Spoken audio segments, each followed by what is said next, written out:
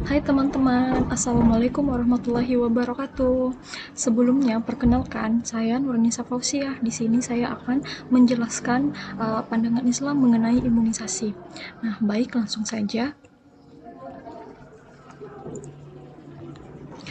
Pengertian imunisasi. Imunisasi berasal dari kata imun yang berarti kebal atau resistensi. Nah, secara umum, imunisasi adalah pemberian kekebalan tubuh terhadap suatu penyakit dengan memasukkan sesuatu ke dalam tubuh agar tubuh tahan terhadap penyakit yang sedang mewabah atau berbahaya bagi seseorang. Nah, di sini ada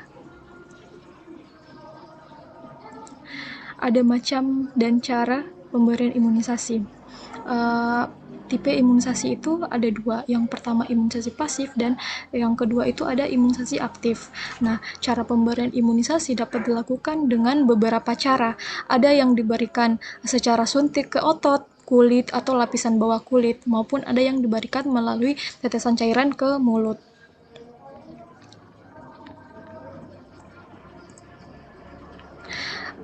Kemudian, apakah imunisasi itu aman? Nah, di sini kita perlu ketahui, tidak ada satupun tindakan medis yang 100% itu aman. Nah, semua tindakan memiliki resikonya masing-masing.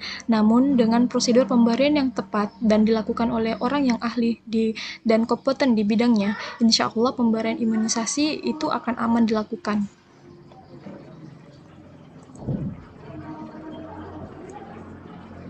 Nah, di sini ada putusan tentang imunisasi atau vaksin. Di sini ada beberapa dalil yang menjelaskan mengenai imunisasi atau vaksin tersebut. Yang pertama itu ada Quran surah Al-Baqarah ayat 2, yang artinya, dan janganlah kamu menjatuhkan dirimu sendiri ke dalam kebinasaan.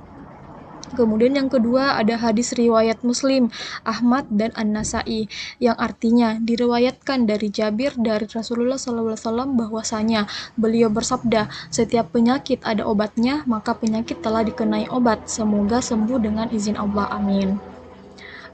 Kemudian yang ketiga itu ada hadis riwayat Abu Dawud yang artinya diriwayatkan dari Abu Darda, ia berkata, Rasulullah SAW sesungguhnya Allah telah menurunkan penyakit dan obatnya. Nah, dan menjadikan bagi setiap penyakit akan obatnya, maka hendaklah kamu berobat, tetapi janganlah kamu berobat dengan sesuatu yang haram. Kemudian di sini ada analisis hukum.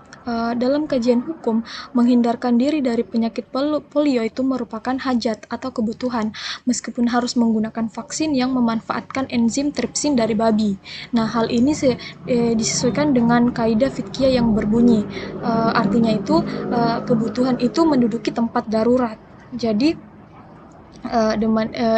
demikian pula babi adalah mafsadah, polio juga mafsadah. Mengapa dua hal yang sama-sama mafsadah ini harus dipertimbangkan mana yang lebih besar mudaratnya dengan memilih yang lebih ringan maldaratnya.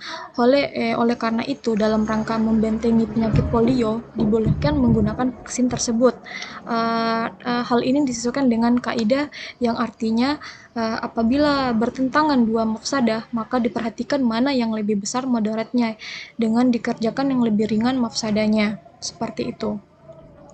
Nah, di sini dapat kita simpulkan dan dapatlah dimengerti bahwa vaksin polio yang memanfaatkan enzim tripsin dari babi hukumnya adalah mubah atau boleh sepanjang belum ditemukan vaksin lain yang bebas dari enzim itu.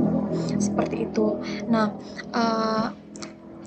baiklah teman-teman, itulah tadi penjelasan materi dari saya mengenai pandangan Islam mengenai imunisasi.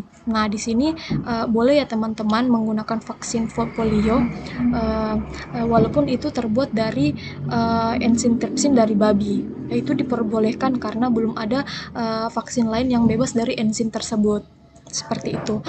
Semoga bermanfaat ya teman-teman materinya. Lebih dan kurangnya mohon dimaafkan. Wassalamualaikum warahmatullahi wabarakatuh.